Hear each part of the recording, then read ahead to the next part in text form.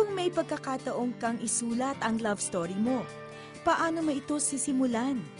At sino ang pipiliin mong makatambal? Handa ka bang maghintay ng matagal? Ang bida ng ating kwento ay si Owie, isang sikat na DJ, voice talent, writer, at single mom. After college, gusto ko agad mag-settle down. Gusto ko agad magkapamilya, gusto ko agad magkaanak. And then I got into one relationship after another, and I became a single mom at 23. Hindi naging madali sa ating bida nagampanan ang papel bilang ina. Habang yung ibang singles, they can go out and travel, and kung ano na ginagawa nila, ikaw, you have a responsibility as well. May pinapasweldo ka ng yaya, you're working, and all that. And bukod doon, love life-wise, parang, guys would get to know you. Tapos parang, ayan, makipagkaibigan and all.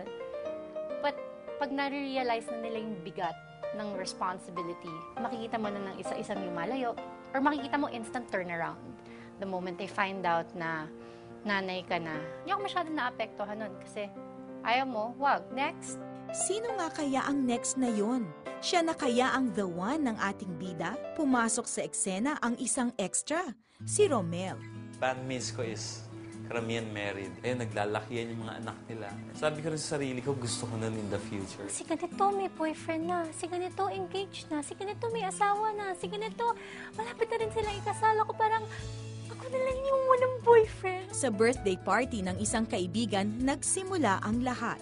Nag-cross yung namin. And parang sabi ko, si Owie to, gano'n. Tapos the usual bati lang, Owie, long time, gano'n. Kilala ko siya dahil siya si Romel, banda siya. Marami kaming common friends. In fact, yung daddy ni Cristo and si Romel are good friends. At dooy hindi na tinantanan ng extra ang pinagdarasal niyang the one, si Owie. Stalker ako ng gabi na yun. Parang kahit sa siya pumunta, nasa likod ako. Parang sinusundan niya ako. Hindi siya freaky. Like, very lang. Parang it was actually really sweet. Noong una nga, hindi ako naniniwala doon sa sabi nila may electricity. Para tumatakbo na rin sa utak ko na kailangan ko ihatid si Owie. Kailangan mas maging mahaba yung gabi namin. At ilang araw lamang ang lumipas. Dinner kami, the usual. Kasi after dinner, I excused myself, go to the restroom. And when I was alone, I'm like, yep, this is it. Tapos for some reason, parang di ko naman pigilan yung hawakan yung kamay niya. I felt na parang nag-hyperventilate ako. This is it. Parang you're the one. Ito na yun. This is it na eh. Naalala ko, naglabas siya ng Bible. And I went to 1 Corinthians 13. And I said, if you say that you love me, this is what it means to love me. At ang dating extra ay unti-unting naging bida sa buhay ni Owie. Out of nowhere. Wala nga akong sing-sing, nakakaya. Pero yun, lumuhod ako sa harap niya. And sabi ko, will you marry me? No frills, no audience, no ring, nothing. It was just me, him, and God. And I said yes. Nilatag ko yung plano ko. Alam ko ma-appreciate ng pamilya niya and ni Owie. Yun yung wish ko na before my mom's birthday, and then I want that guy na sabihin niya sa lahat ng kapatid ko that he's gonna marry me. And hindi biro yun kasi 7 kami magkakapatid. He spoke to all 6 of my siblings. Ang kwentong pag-ibig ay nauwi sa kasalan.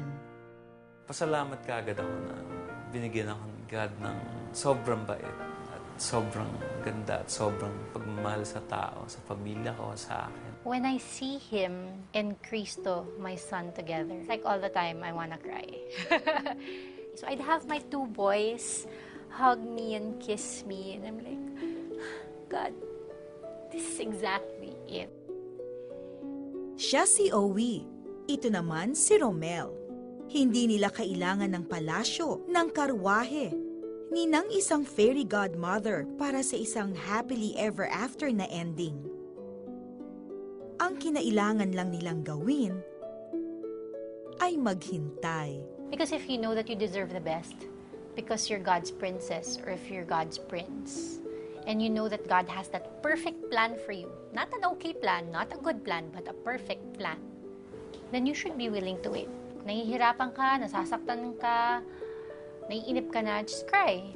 Trust that God's gonna write that perfect love story for you. Yung pagtatapos ng paghihintay ko was perfect. Perfect kung paano siya pinadala sa buhay ko. Perfect kung paano naging kami. Ayon sa character ko, sa character ng asawa ko, wala akong ibang masabi kundi perfect. It was just the perfect story for us.